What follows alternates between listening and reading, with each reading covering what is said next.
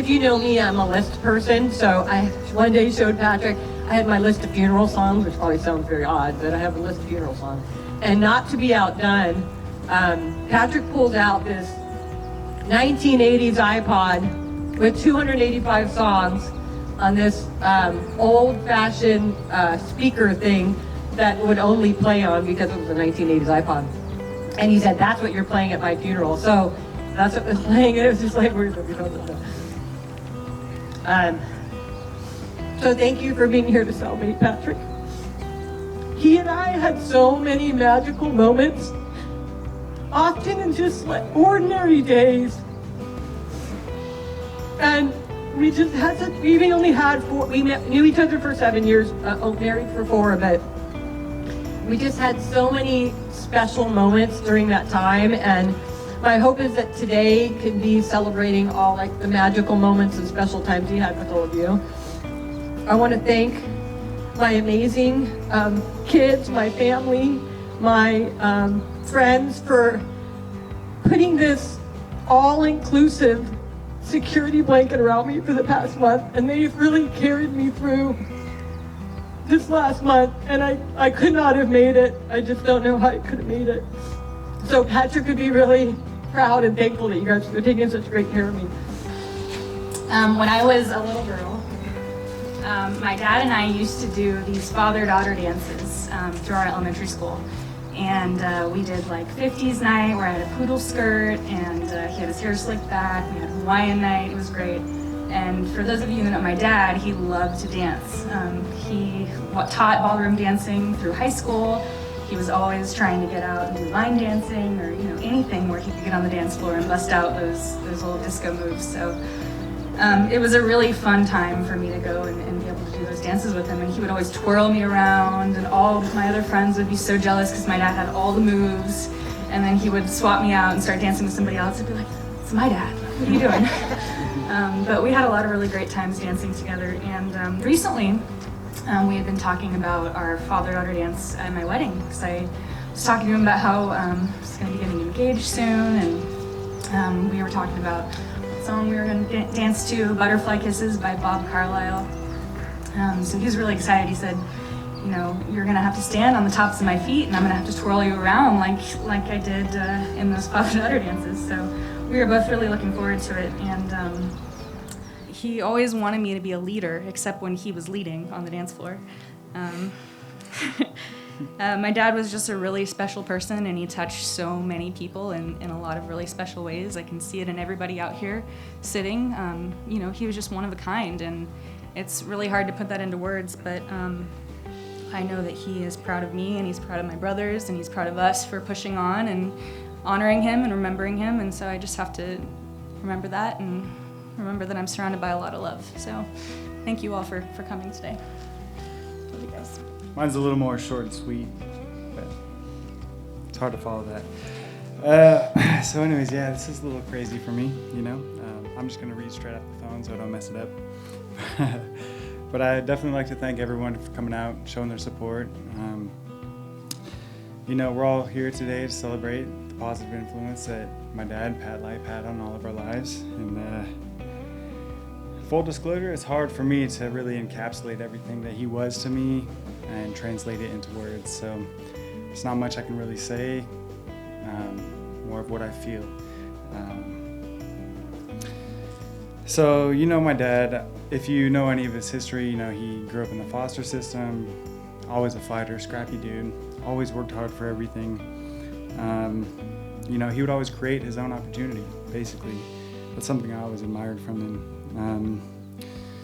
That was my dad, full of experience and full of truism, and I feel so grateful to have the days that I had with him, that he shed that light on me.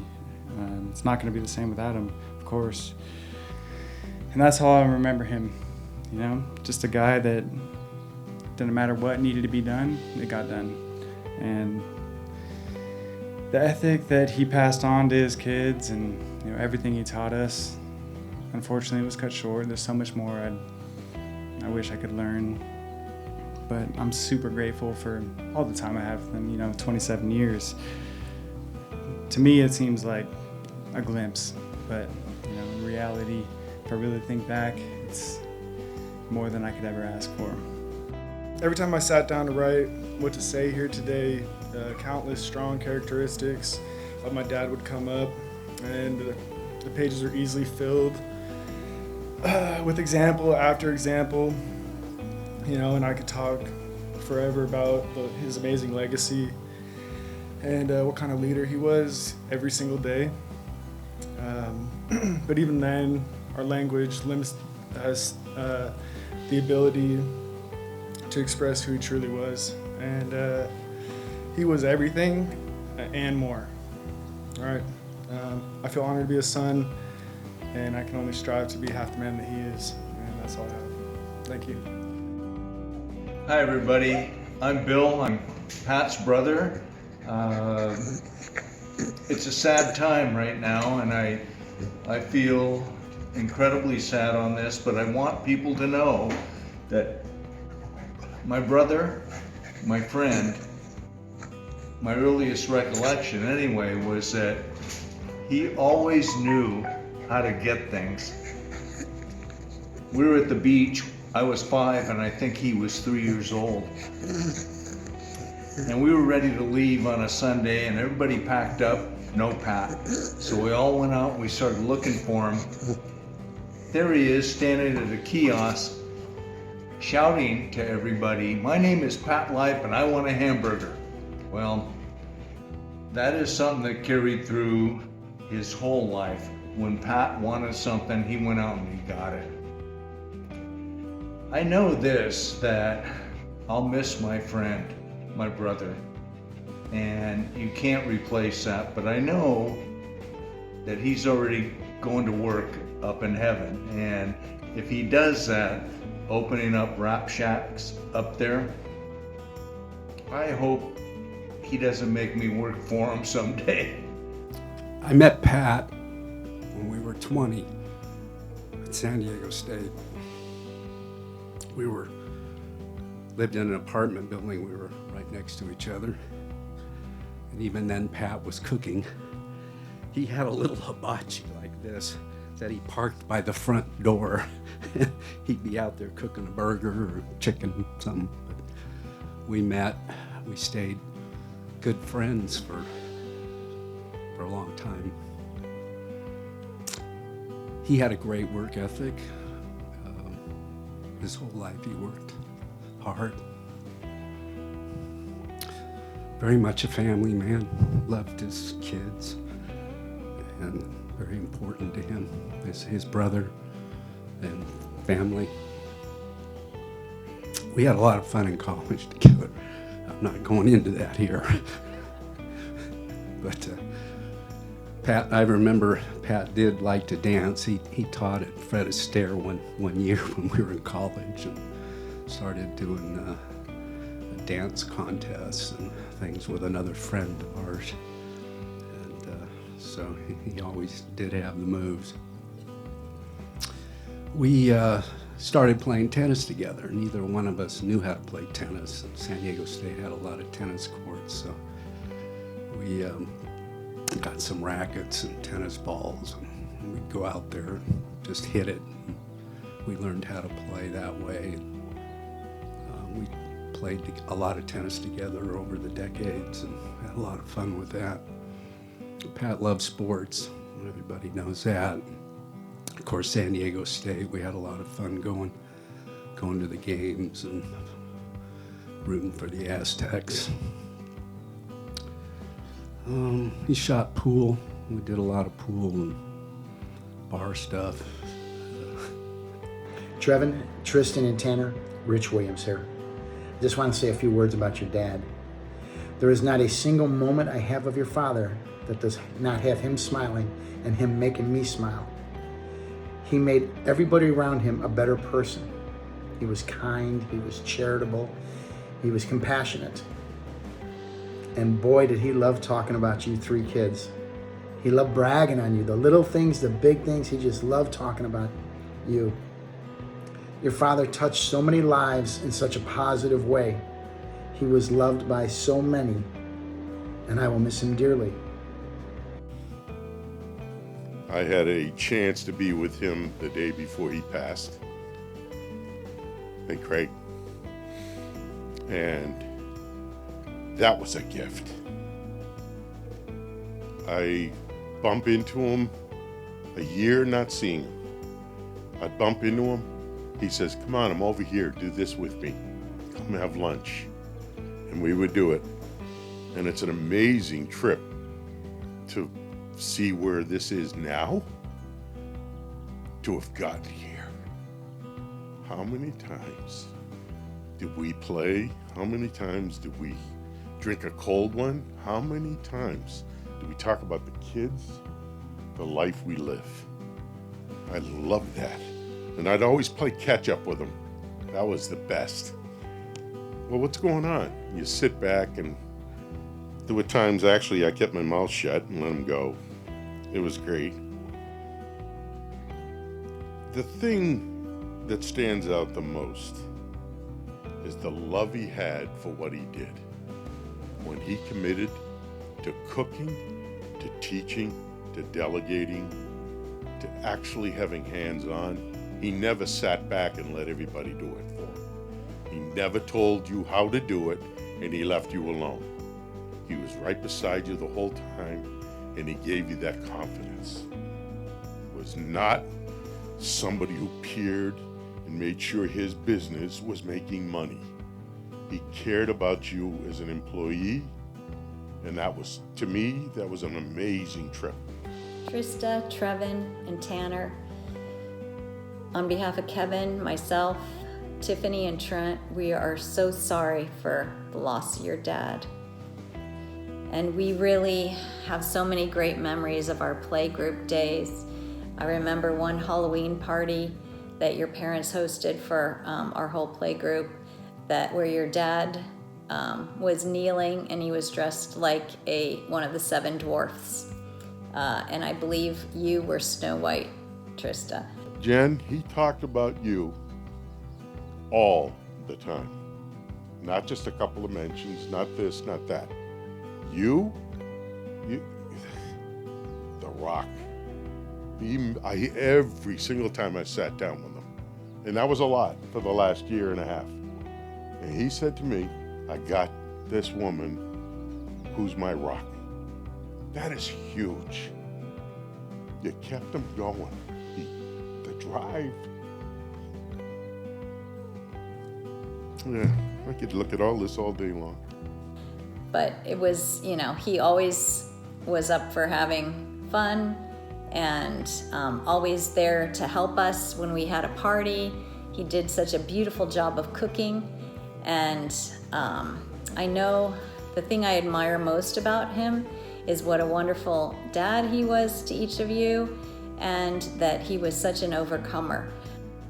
My name's Ken Bear. I've apparently known Pat for 45 years. If I did the math correctly, we met in college. He tells me, or he told me, that we were roommates. I didn't quite remember a lot of those college memories, but he mentioned that he put salt on everything, and it all came back to me. I remembered all those good times, and boy, there were plenty of them. It's appropriate that you're having this memorial service for him, the celebration of life on St. Patrick's Day, because St. Patrick also was an overcomer. He had a lot of trials in his life, and yet he overcame them all. So, and your dad did as well. And I know that he taught you so much by the way he lived his life. So God bless each of you. I pray that you will know how much the Father in heaven loves you, and that he will be with you every day of your lives to comfort you and wrap his loving arms around you and give you peace that only he can give. So we'll miss him. We'll really miss Pat. Hello from Olney, Maryland. This is the Pasternaks. Wanting to say some words at Patrick's Memorial since we can't be there in person. First of all, I want to say that we loved Patrick. We loved having him in the family. And most of all, we loved how happy Jenny was when she was with him. He was always there, like we've all said. He was always there for everybody. He always had the right thing to say. He always knew how to say it. He was always supportive. He was just a wonderful guy. And I'm going to close with stealing a little bit of Tom's thunder because I wasn't sure whether I was going to come here or not.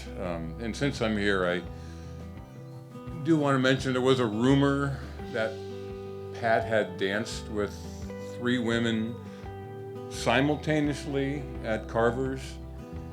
It's true. I was there. I remember well welcoming Patrick to the family and the select club of being married to a Lazowski woman. It would take special skills.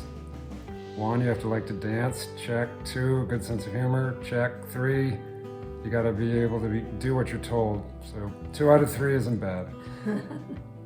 Ella and I are gonna miss throwing around the football with Patrick in the water at Keuka, and also eating his awesome pear quesadillas. When we went for our family vacation up in Keuka Lake, Jenny and Patrick came up also, and then he prepared a delicious meal for us one of the evenings, and he came over to the table where we were sitting, and he asked Lynn and I if he could have Jenny's hand in marriage. And of course we said yes, because Jenny seemed so happy. And also, Patrick was born on our oldest son's birthday on January the 27th. So that was something also. It was nice to have Patrick in our family. Pat truly was a universal man, a self-made man, a modern-day Renaissance man, a man who could do all things if it was his will. Pat loved gushing about his kids, and recently that time was taken up with talk about the love of his life, Jenny. He loved her passion in their partnership, and he marveled at how she learned his business so quickly. The last requirement to be a true Renaissance man is you must be artistic. Check. So I learned that my friend was indeed an artist just recently. Thank you, Trista, for sharing an absolutely beautiful and poignant children's story that Pat recently wrote. I'd like to share an excerpt from Binky and the Baby by Patrick J. Life. On a beautiful summer day in June, a baby was born, and she was wrapped in a cozy blanket. This blanket is different, her daddy would tell her. The blanket will wrap you in warmth and love and let you know you are always being watched over.